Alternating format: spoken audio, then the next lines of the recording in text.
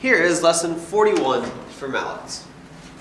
We just went over our half step. You know, it's the smallest distance between notes. This song, for the most part, is full of half steps.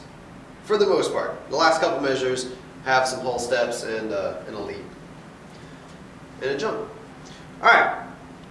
You've looked at your key signature because you are used to doing that now. That's something you do every single piece that you read. You look for that key signature and you find it. So you know we have B flats and E flats.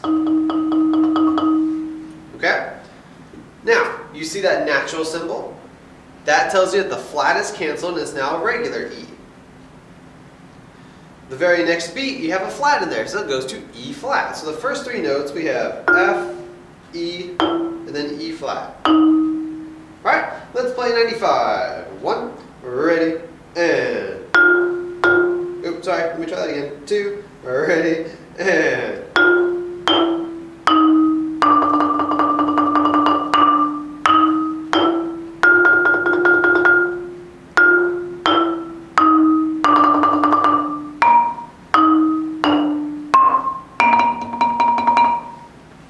Alright, now we're going to try this and see what happens. But first, let's go over our code phrase. Our code phrase is alternate fingering. Now, what does that mean for us? That doesn't mean, there's a different way to play a key. No, you have to strike the key. That's the only way to make the sound.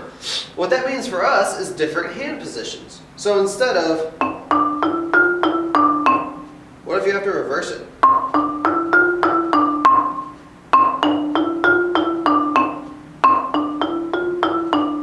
Sometimes you have to alternate how you play. Sometimes you have to do two notes in one hand. Sometimes you have to do the same note with a different hand. Sometimes we can do both in one hand. Sometimes we have to alternate. Alternate fingering. All right, now let's play 95 a little bit faster.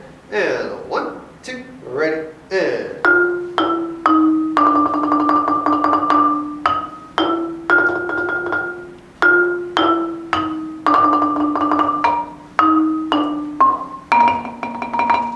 Do you notice my hands as I play? They're moving to the next spot. So for instance, measures 5 and 6.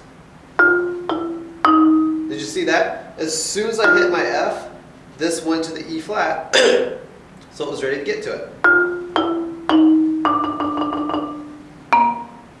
Okay?